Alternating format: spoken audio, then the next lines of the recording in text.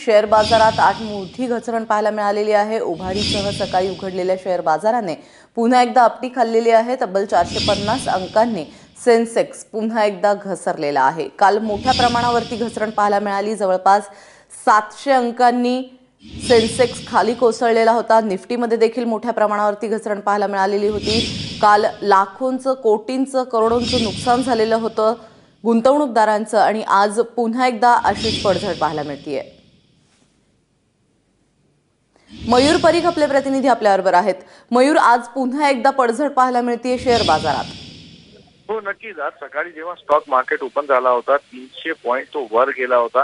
त्यामुळे लोकांना असं वाटत होतं की पुन्हा एकदा मार्केट जो आहे तो बरं झालेला आहे, परंतु ग्लोबल क्यूज कारणास्तव मार्केट वर गेला होता। हँगसेंग मार्केट, निकी मार्केट हे वर होते आणि म्हणून काही बाईंग इथे बघायला मिळाली होती। एवढंच नव्हे तर काल ज्यांनी शॉर्ट सेल केलं होतं त्यांनी आज बाईंग करून आपलं रिकव्हरी केली आहे। एवढंच नव्हे तर 1600 पॉइंट पडल्यामुळे काल बरेचशे लोकांना चांगल्या रेटवर स्टॉक मिळत होते, म्हणून आज सकाळी बाईंग सुरू झाली होती। परंतु आता पुन्हा एकदा इंटरनॅशनल प्रेशर जो आहे तो स्पष्टप्रमाणे दिसून येत आहे। 150 पेक्षा जास्त सेन्सेक्स जो आहे तो खालती आहे। निफ्टी 52 पेक्षा जास्त पॉइंट खालती आहे आणि जर आपण इंटरनॅशनल मार्केट बघाल तर शांघाई सुद्धा 228 पॉइंट जो आहे तो खालती गेला आहे। नेमकी ज्या प्रकारे सांगण्यात आलं होतं की स्टॉक मार्केट जो आहे तो पुढच्या काळात थोडा टर्ब्युलन्स पिरियड राहतील, ती बातमी आता खरी ठरत आहे। कारण स्टॉक मार्केट सध्या काही सेफ इन्व्हेस्टमेंट सारखं काही चित्र दिसू येत नाही। मयूर, किती दिवस अशी परिस्थिती राहण्याची शक्यता आहे?